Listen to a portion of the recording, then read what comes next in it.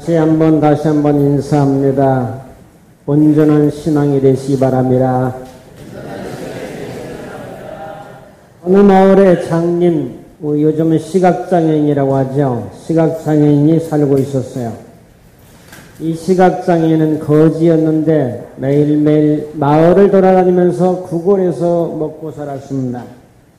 이 탁한 처지를 본 마을 사람들이 그렇게 이 집 저 집 누가 줄지도 모르는데 그러지 말고 우리가 은총을 베풀어서 차례대로 순번을 정해서 오늘은 이 집, 내일은 저 집 이런 식으로 밥상을 차려놓으면 와서 먹기로 그렇게 결의를 했습니다.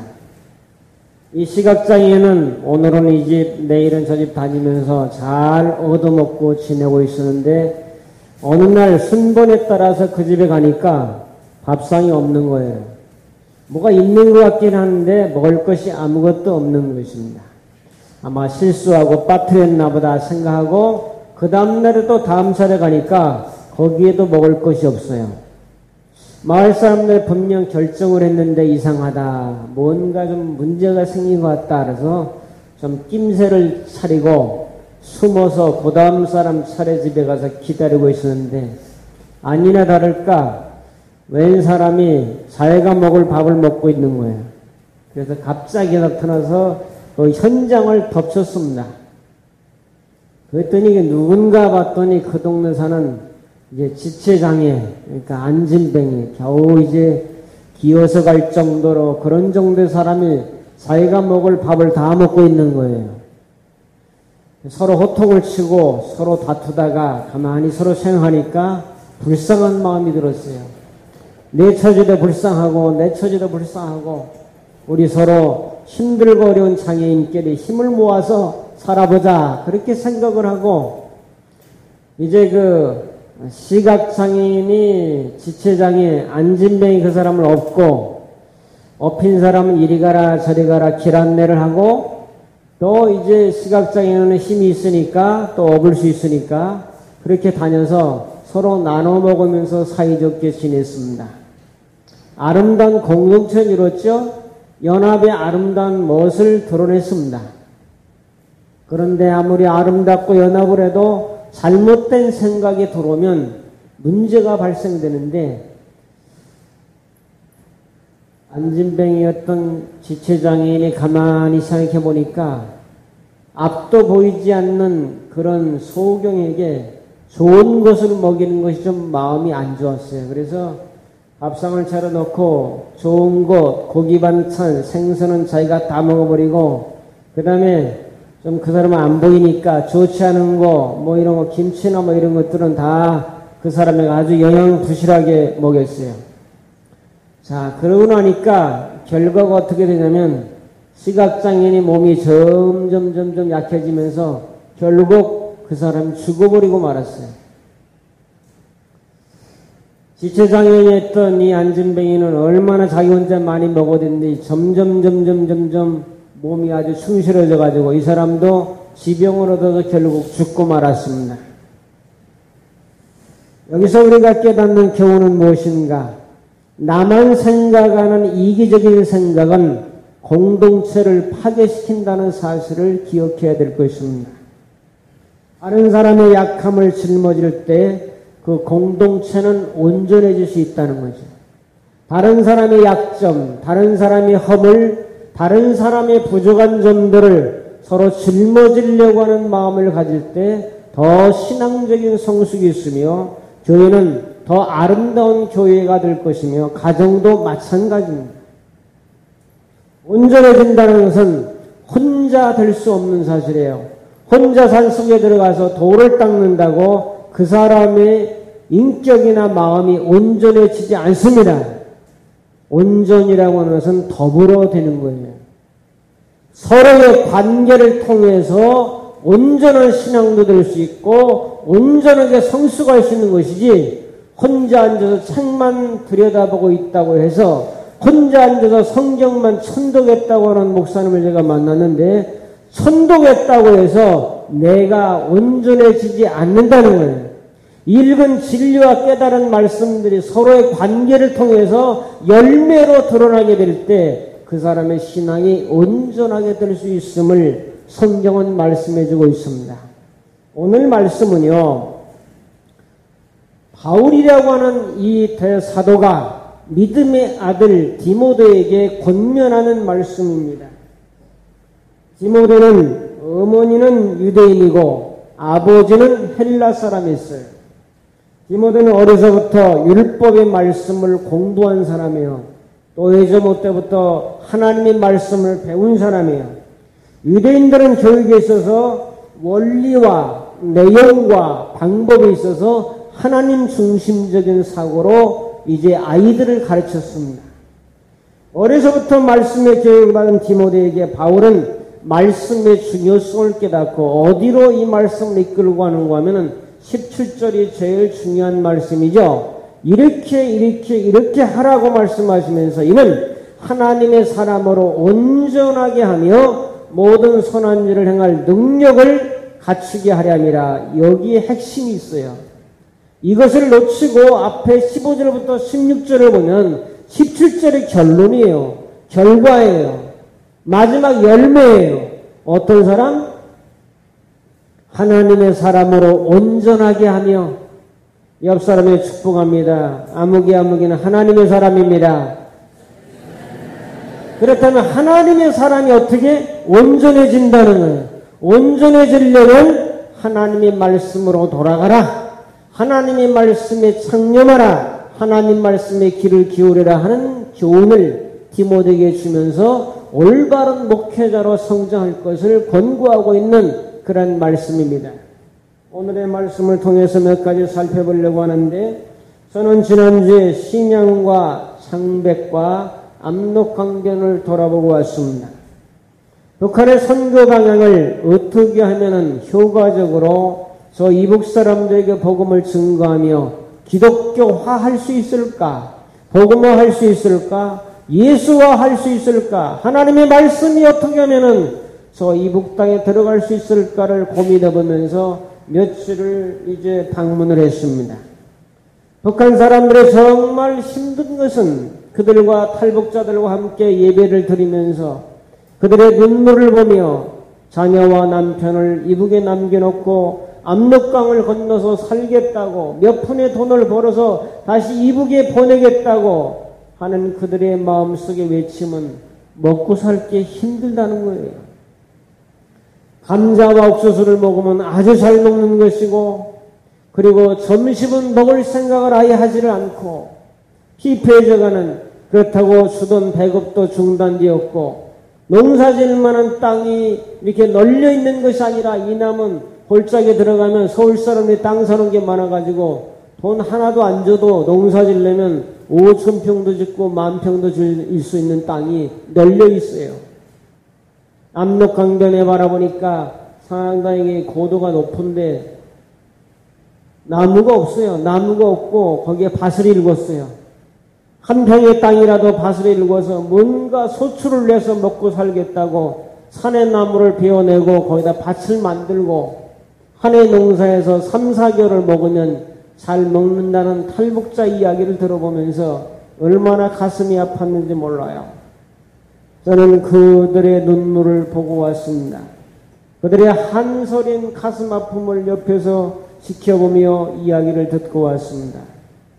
그러나 더 가슴 아픈 것은 그들이 먹을 양식이 없어 가라고 굶주리고 영양실조로 죽어가는 사람도 있는데, 더 심각한 것은 하나님의 말씀이 없다는 사실이에요. 하나님의 말씀을 들을 수도 없고 하나님의 말씀이 성경책 한 권이 없어서 이 성경 한 권 달라고 수십 년 기도하는 사람도 있다는 얘기를 전에 우리가 간증복을 통해 들었잖아요. 하나님의 말씀 성경을 가져갈 수도 없고, 만약에 발각되면 어디론지 바람과 함께 사라지는 그런 일들이 생겨지기 때문에 하나님 말씀을 얻었다 하더라도 가지고 들어갈 수 없는 그런 현실을 바라보며, 우리가 하나님의 말씀을 읽을 수 있고 들을 수 있고 볼 수 있고 이 말씀을 전할 수 있다는 것이 얼마나 귀하고 복된 일인지를 피부로 함께 느껴보았습니다. 탈북자 여인이 와서 한 1년이고 2년이고 성경 공부를 해서 들어가면 남편한테도 전도를 못한다는 거예요. 왜 그러냐 그랬더니 만약에 이혼하게 되면 남편이 고발한다는 거예요.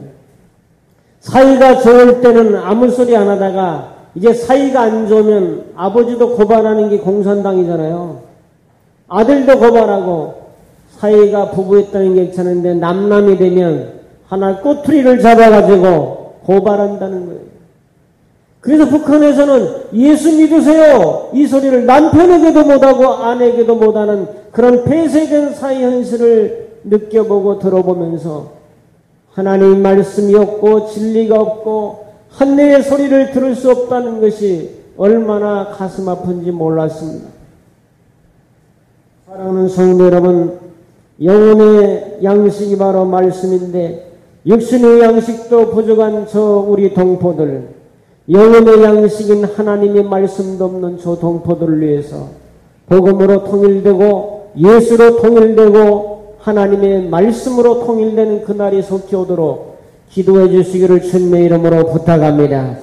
우리만 잘 먹고 잘 입고 잘 살고 2만 불의 시대를 넘어가면서 어떻게 좋은 데 가서 놀까, 좋은 것을 먹을까, 의식의 문화가 급증하면서 레저 문화가 발달된 이런 시대 속에 우리는 살고 있지만은 지척에 바로 굶어 죽어가는 나의 형제와 동포들이 있음을 기억하고 영적으로도 기아 상태에서 한 권의 책도 없는 그러한 피폐된 삶을 살고 있다는 사실을 우리는 마음속에 깊이 간직하고 나라와 동포를 사랑하는 이런 마음들을 새롭게 다짐하는 기독교인들이 되어야 되겠다는 것을 깨닫고 돌아왔습니다.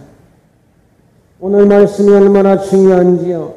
이 말씀 내가 아는 말씀인데 아는 게 중요한 것이 아니고 그 아는 말씀을 살아내는 삶이 중요하다는 사실을 제가 늘 강조합니다. 예수님의 십자가를 알고 믿었다면 예수님의 십자가 나의 삶에 묻어낼 수 있는, 예수님의 피가 나의 삶의 흔적으로 나타날 수 있는 이 삶이 정말 귀한 것임을 저는 늘 강조합니다. 오늘의 말씀을 통해 몇 가지 은혜를 나누기를 원하는데 첫 번째로 말씀의 지혜를 받읍시다 하는 말씀에 따라합니다. 말씀의 지혜를 받읍시다. 자, 15절을 보시기 바랍니다. 또 어려서부터 성경을 알았나니 성경은 능히 너로 하여금 그리스도 예수 안에 있는 믿음으로 말미암아 구원에 이르는 지혜가 있게 하느니라. 구원에 이르는 지혜, 말씀에서 온다는 거죠. 그래서 여러분과 저는 하나님의 말씀의 지혜를 받아야 될 줄로 믿습니다. 다 말씀의 지혜를 받으시기를 주의 이름으로 축복합니다. 말씀의 지혜, 말씀의 지식, 말씀의 능력은 세 가지 중요한 거죠. 사역자들은 꼭 준비해야 될 사항이지요. 그래서 말씀의 지혜를 받아야 받자는 얘기예요. 디모데에게 권면하는 것처럼 받아야 되는 거예요.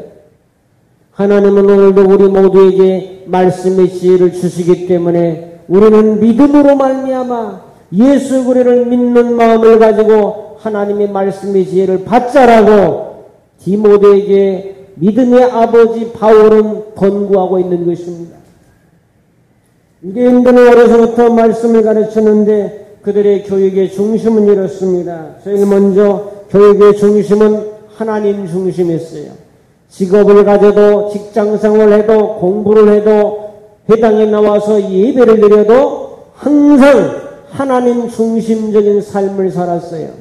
여러분도 직장에 있든 학교에 있든 교회에 있든 가정에 있든 뭘 하든 간에 월드컵 축구 경기를 시청하는 그 가운데서라도 모든 것을 하나님 중심으로 하는 이 마음을 가지고 사시기를 축복합니다. 하나님 중심이요. 그 다음에 뭐냐? 교육의 주제는 하나님을 경외하는 겁니다. 그래서 구약에는 하나님을 경외하라, 하나님을 경외하라, 하나님을 경외하라는 말씀이 얼마나 많이 기록되어 있는지 몰라요. 그래서 그들의 교육의 주제는 하나님 경외, 하나님을 두려워하는 마음으로, 존경하는 마음으로, 사랑하는 마음으로 하나님을 섬긴다, 이런 마음이 바로 그들의 교육의 중심 주제였어요. 또 한 가지는 교육을 했으면 실천이 있어야 되지 않냐. 교리를 배웠으면 행함이 있어야 되냐, 믿음이 있어야 되면 바로 실천의 열매가 있어야 되냐는 이 두 바퀴가 같이 가는 손바닥과 손등과 동전의 양면이 있는 것처럼 믿음과 행위는 같이 가야 되는 건데, 나는 믿음이 좋다 그러면 행함으로 보여봐라. 행함 있는 사람은 믿음 있는 사람이고 믿음 있는 사람은 바로 행함 있는 사람이 아니냐. 그래서 이 사람들이 하나님의 말씀의 교육을 받는데 뭘 실천하느냐? 그 중에 하나는 부모 공경입니다. 부모님의 훈계를 따르고 부모님을 공경하도록 그들은 교육을 했습니다. 그렇기 때문에 유대인들은 철저하게 위계질서가 철저해요. 윗사람을 알아보고 자기를 낳아준 부모님을 늘 공경하고 사랑하는 마음과 그들의 훈육을 그대로 받아 가르침을 받는 그러한 자세를 가지고 살아갑니다. 또 한 가지는 이웃을 사랑하는 마음을 그들의 실천 과제로 살고 있어요. 왜? 모든 율법의 총중심을 하나님 사랑, 이웃 사랑이니까. 마음과 몸과 정성과 뜻을 다하여 주 너희 하나님을 사랑하고 그 다음에 뭐죠? 내 이웃을 내 몸같이 사랑하. 이것이 모든 율법의 가장 집약한 핵심적인 말씀이라고. 그래서 그들이 율법의 교육을 받으면서 늘 사람들 이웃을 사랑하는 마음으로 살아라. 옆으로 가정에서는 부모를 공경하고 이웃을 사랑하는 마음으로 살아라. 이것이 유대인의 교육의 실천 방안이었어요. 그래서 이들은 처음에는 부모님으로부터, 그 다음에 제사장으로부터 레위인들로, 선지자로, 또 특별 가정교사로, 그 다음에 박사들, 랍비들로부터 점차적으로 교육을 확대해서 교육을 받습니다. 북한 동포들도 늘 말씀을 가지고 교육을 받아서 다시 북한으로 돌아갑니다. 그러나 성경 하나를 못 가지고 들어가면서 지하교회를 만들고 또 다른 자기 자녀나 다른 사람들에게 이 말씀을 전해서 예수를 믿도록 만든다는데 그것이 얼마나 힘들고 어려운지 몰라요. 들어만 봐도 그게 쉽지 않구나는 것을 알 수 있지 않습니까, 여러분? 하나님께서 성경을 주신 목적은 모든 사람으로 하여금 구원에 이르는, 하나님의 사람으로 하여금 구원에 이르는 지혜가 있게 하기 위함이라고 말씀하고 있어요. 그러므로 구원받은 사람, 또 구원받은 사람이 성장하는데 그 지혜를 어디서 얻냐?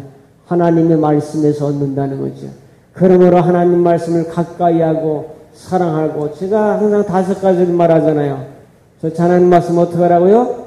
듣고, 그 다음에 읽고, 그 다음에 연구하고 공부하고, 그 다음에 암송하고, 다음에 묵상하고. 그래서 하나님의 말씀을 잘 듣고 묵상하고, 읽고 묵상하고, 연구하고 묵상하고, 암송하고 묵상해서 이 5가지 손가락에 그래서 이 손을 잘 가질 때에 바로 말씀을 통해서 하나님의 지혜를 얻을 수 있다는 거죠. 그래서 묵상은 제일 마지막에 항상 말씀을 생각하는 거예요. 십자가를 생각하는 거예요. 예수를 생각하는 거예요. 들었던 주일날 말씀을 일주일 동안 묵상하며 생각하는 거예요. 그리고 그대로 살아내는 거예요. 살아보는 거예요. 그럴 때 지혜가 더 생겨요. 하나님의 말씀은 실천할 때 지혜가 더 생겨지는 것을 믿으시 바랍니다. 지혜는 알고 있는 지식의 활용 능력이 지혜잖아요. 알고 있는 것이 지식이라면 이 알고 있는 것을 활용해서 살아낼 때 그것이 지혜가 되잖아요. 두 번째로 말씀의 감동을 받읍시다. 여러분들은 설교 말씀을 들을 때 성령님을 통해서 늘 감동을 받으시기를 주의 이름으로 축복합니다. 오늘 말씀해 보니까 16절에 뭐라고 그랬죠? 모든 성경은 하나님의 감동으로 됐다고 그랬잖아요. 창세기부터 계시록까지 하나님의 감동이 빠져버린 말씀은 없다는 거죠. 하나님 말씀을 이제 받아서 기록했는데 하나님의 감동을 받아가지고 기록했다는 거죠. 그러므로 이 말씀을 이제 사도들이, 선지자들이 받아서 기록을 했는데 이 기록된 말씀 속에는 하나님의 감동이 있다는 거죠. 그러므로 감동된 기록된 말씀을 읽을 때에도 하나님의 감동으로 읽으시기를 바랍니다. 이 말씀을 전할 때에도 하나님의 감동으로 전해야 되죠. 이 말씀을 들을 때에도 여러분들은 성령님에 의해서 하나님의 감동으로 들어야 되죠. 감동을 빠져버린 이것으로 삭막한 황폐한 마음으로 들어서는 감동이 없죠. 열린 마음. 그래서 우리는 항상 열린 마음이 중요해요. 옆 사람에게 인사합니다. 우리 열린 마음으로 얘기합시다. 북한이 왜 어렵습니까? 체제가 닫혀 있어요. 닫힌 체계예요. 남한은 열려 있어요. 예수 믿는 사람들은 하늘을 향해서 열려 있어요. 마음을 열어야 됩니다. 사람에 대해서도 너무 부정적으로 보지 마세요. 너무 상처만 주는 사람, 부정적인 사람, 언제 나에게 등 돌릴지 모르는 사람, 그럴망정 너무 부정적으로 보지 마세요. 부정적으로 사람을 보기 시작하면 그 사람과 일을 못하는 거예요. 그 사람을 통해서 내가 도움도 받을 수 없는 거예요. 하늘을 향해서도 열어야 돼요. 진리를 향해서도 열어야 돼요. 열린 마음이 얼마나 중요한지.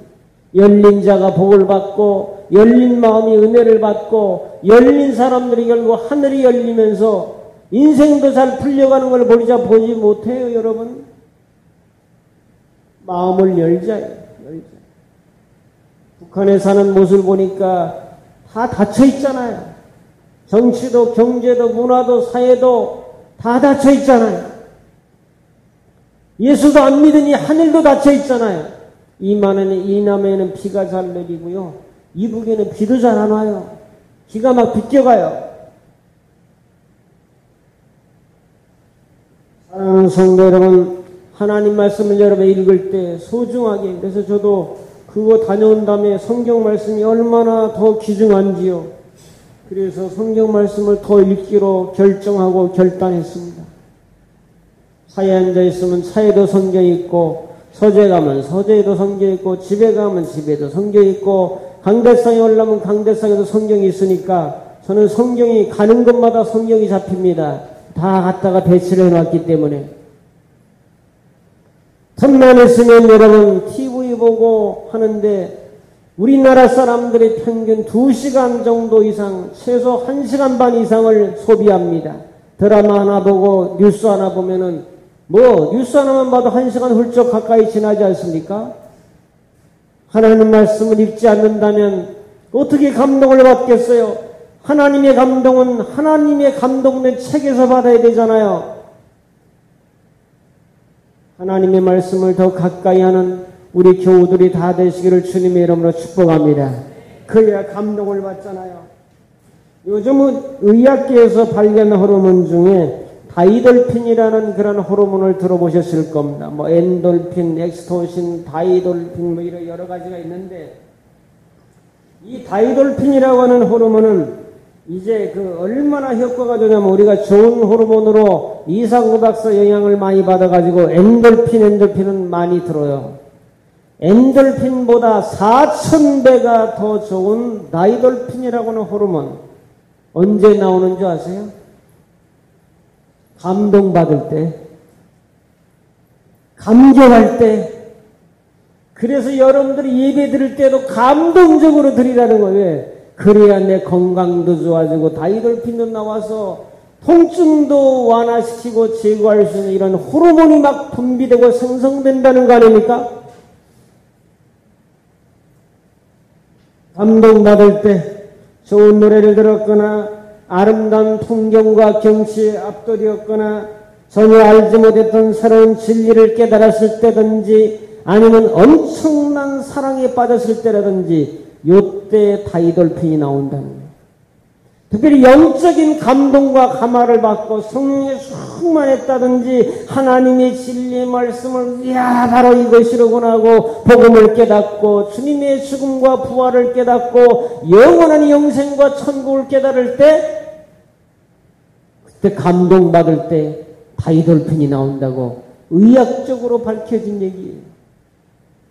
여러분들 어쨌든 감동 많이 받으시기를 주의 이름으로 축복합니다. 그래야 이게 모든 건강도 좋아지고 마음도 좋아지고 영적으로도 성숙해지고 모든 게 좋아지지 않겠어요?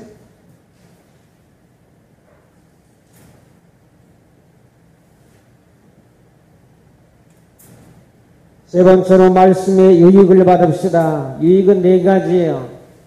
네 가지 뭐뭐 있죠? 교훈과 책망과 바르게 함과 의로 교육하기에 유익하니 유익하다는 거예요. 하나님의 말씀은 여러분 인생에 유익합니다. 유익하면 해야 되는 거 아니에요? 유익한 걸 따라야 되는 거 아니겠습니까? 유익한 걸 좋아해야 되잖아요. 오락 좋아하면 오락에 빠지는 거예요. 전에 어느 분 자녀가 오락에 빠졌는데 너 오락하면 죽여버리겠다 그랬어요. 아주 죄송합니다. 욕같이 해서 죽이겠다. 너 아주 그냥 죽인다. 그러니까. 이 아들이 어떻게 나온 줄 아세요? 죽여라. 아버지한테 죽여라 이렇게 나왔어요. 그러니까 못 죽이고 아버지가 손을 들더라고요. 부모는 자식을 죽여도 자식은 부모를 죽여도 부모는 자식을 아마 잘 못 죽이는 거예요. 죽이려고 나오니까 못 죽이고 네 맘대로 알아서 해라. 네 인생 네가 살아라. 포기했잖아요. 지금 그 아들이 철 들어가지고요. 직장생활도 잘하고요. 또 선생님하고 결혼해가지고 아주 행복하게 잘 살고 있대잖아. 그 사람이 몰라. 지금 현재만 가지고는 몰라. 우리는 하나님을 믿습니다. 하나님을 의지합니다. 하나님을 신뢰하기 때문에 그분 앞에 기도하고 그분의 가르침, 하나님의 말씀에 감동을 받기만 하면 하나님 말씀에 감동을 받으면 파이를 핀다. 나오 기분도 좋아지고 기뻐지고 즐거움도 있고 소망도 있고 미래의 비전도 있고 꿈도 있게 될 줄로 믿습니다. 그러므로 하나님의 감동을 받으라는 거죠. 네 가지죠. 교훈하게 유익하다. 복음의 진리를 사람들에게 가르치는 면에서 아주 유익한 것이 바로 하나님의 말씀입니다. 그 다음에 책망하기에 유익하다. 책망이라는 것은 유죄 판결을 내린다는 잘못된 것을 성령님을 통해서 이 말씀이 나를 책망하잖아요. 성령님이 책망해. 누가 얘기 안 해도 하나님이 양심을 줬기 때문에 나를 책망하잖아요. 아, 이거 잘못됐구나. 양심의 가책을 받고 깨달으면 돌이키면 되죠. 이게 회개죠. 고치면. 그 다음에 바르게 하게 유익하다고 하는 거죠. 수를 바로 세우다 하는 뜻이 있어요. 삐뚤어진 걸 바로 이렇게 세우는 게 이게 바르게 하는 거예요. 내 인생에 다 잘합니까? 다 올바릅니까? 아니죠. 좀 삐뚤어진 거 잘못된 감정과 사고들은 바로 잡아 나가기에 유익한 것이 바로 하나님 말씀이라는 거죠. 그 다음에 의로 교육하게 유익하다. 의라고 하는 것은 공의와 정의를 의미합니다. 그래서 이 공의와 정의, 의롭다는 것은 공의롭다, 정의롭다. 우리를 믿음으로 말미암아 의롭다, 아주 정의롭게, 공의롭게 봐주는 것은 있을 수도 없는 일이에요, 사실은. 근데 예수 그리스도의 피로 말미암아 우리 죄를 다 몽땅 다 씻어주시고 덮어주심으로 우리를 의롭다라고 인정해주시는 법적 용어예요. 법적으로 이루어진 거죠. 삶을 보면 아직도 멀었죠, 우리는. 그래서 이 네 가지 영역에서 말씀은 유익하다 그랬어요. 여러분들은 하나님 말씀을 늘 가까이 접하며 읽으면서 말씀의 유익을 많이 얻으시기를 주의 이름으로 축복합니다. 얻어야 돼요. 마지막으로 네 번째로 말씀의 결과를 받읍시다. 이게 제일 중요해요. 서쪽서는 한 송이 국화를 피우기 위해서 그렇게 밤새도록 울었나 보다 그러는데 지금까지 말씀드린 것은 17절을 말씀하기 위해서 제가 지금 설교한 거예요. 17절에 뭐죠? 같이 한번 읽어볼까요? 시작! 이는 하나님의 사람으로 온전하게 하며 모든 선한 일을 행할 능력을 갖추게 하려 함이라. 무엇이? 15절부터 쭉 그 위에부터 쭉 말씀한 그 내용이 하나님의 사람으로 온전하게 하며 모든 선한 일을 행할 능력을 갖추게 하려 함이라. 갖춰야죠. 갖추지 않고는 이기지 못하죠. 월드컵에 나가서 16강에 못, 갖추지 않았기 때문에 못 이기죠. 아시아 사람들의 축구의 한계를 보면서 일본 사람도 한 번도 못 이겨, 이란 사람도 한 번도 못 이겨, 한국 사람도 한 번도 못 이겨, 아시아 사람은 아무도 못 이겨. 준비가 안 됐어요. 어떤 준비가? 공격은 그래도 뭐 해서 골을 몇 골 넣어요. 뭐가 안 됐어요? 수비가 전혀 안 돼 있어요. 해외 나가서 그래도 연봉 좀 받아오는 사람들이 뭐예요? 주로 공격수입니다. 우리나라는 수비 잘하는 사람을 키워야 되는데 수비 잘하는 사람도 좀 연봉도 많이 주고 대우해주면 수비수 하려고 할 거 아니에요. 공격수가 돈이 많으니까 돈 따라가는 세상 아닙니까? 그리고 전부 공격수 하려고 수비 잘할 수 있는 사람이 있어요. 원래 수비형이 있잖아요. 저는 뭐 축구 전문가는 아니지만은 우리 바울 남자인데가 축구를 워낙 좋아하니까 저도 뭐 옛날에 골목 축구를 좀 했는데 지금은 나이 드니까 별로 축구는 몸살이나라고 안 하지만은 수비수를 육상 선수 중에서 뽑아서 기르면 잘할 것 같아요. 육상 선수는 다 10초대예요. 달리기가. 축구 선수 해봐야 뭐 12초 몇 4번군이 11초이었잖아요. 그래도 따라갈 사람이 없어요. 12초 후반하고 11초 초반하고는 완전히 다른데 10초 때는 완전히 다른데 같이 뛰면 뚫리는 거야. 골이야. 육상선수 했던 사람 중에서 빠른 사람을 그냥 수비수로 해가지고 키 크고 이런 사람을 하면 될 것 같은데 그거 모르나 봐 좀 알려주세요. 가서 대한축구협회 가서. 상식적인 건데 수비수를 발이 들여서 안 돼. 다 수비수가 잘못해서 골을 먹잖아요. 준비가 안 됐어요. 이길 수 있는 준비가 안 됐어요. 준비가 안 된 사람이 결과만을 좋기를 바라요. 이기기를 바라요. 안 되잖아요. 세계의 벽은 높잖아요. 우리 인생도 마찬가지예요. 준비가 안 됐으면서 좋은 결과만을 기대하고 바라는데 돼야지. 내 인생이 풀려야지, 열려야지. 왜요? 준비가 잘 안 돼서 그래요. 말씀의 결과 뭐예요? 말씀을 잘 받으면 좋은 결과가 나타난다고 그랬어요. 무슨 결과? 하나님의 사람으로 온전하게 된다. 얼마나 좋아요? 온전하게 된다는데. 온전하다는 말은 능력 있는, 건전한, 적합한, 완전한 이런 뜻을 가지고 있어요. 어떤 환경이나 요구에서 적합하다 이 말, 온전하다 이 말, 육체적으로, 지적으로, 도덕적으로, 종교적으로 올바르다, 온당하다, 흠이 없다, 완전하다, 정상적이다, 건전하다. 좋은 뜻이 다 들어있어요. 이 온전하다는 거지.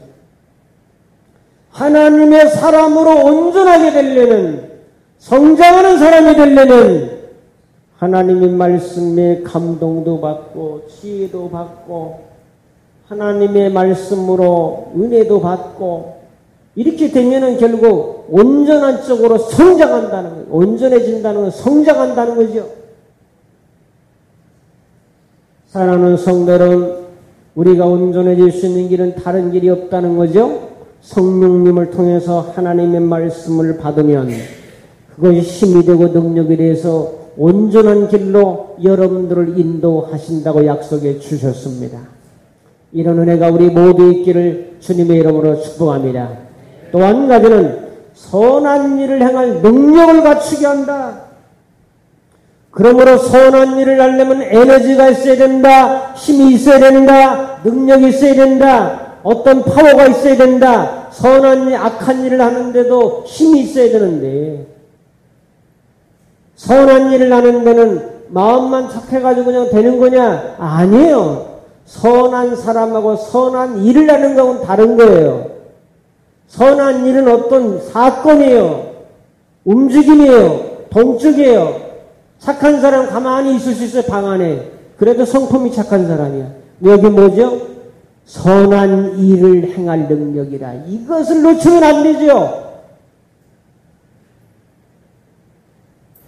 선한 사람을 만들어가는 것도 중요하지만은 선한 사람이 되어 선한 일을 하는 것은 더 중요하죠.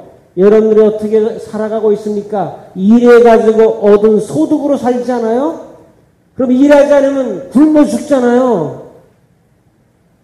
주의 일이에요. 하나님의 일이에요. 세상에서 직업을 가지고 일하는 거예요. 장사하는 거예요. 사업하는 거예요. 전부 일이에요. 일하지 않으면 죽어요. 근데 일에는 선한 일이 있더라 이 말이죠. 선한 일을 할 수 있도록 능력을 주는 것이 하나님의 말씀이라고 성경은 강조하고 있잖아요. 갖추는 것이 중요한데, 갖추다, 엑사르티조라는 말인데, 완성하다, 충분히 갖추다, 준비하다는 뜻이 있어요. 이 갖추는 것은 준비하다.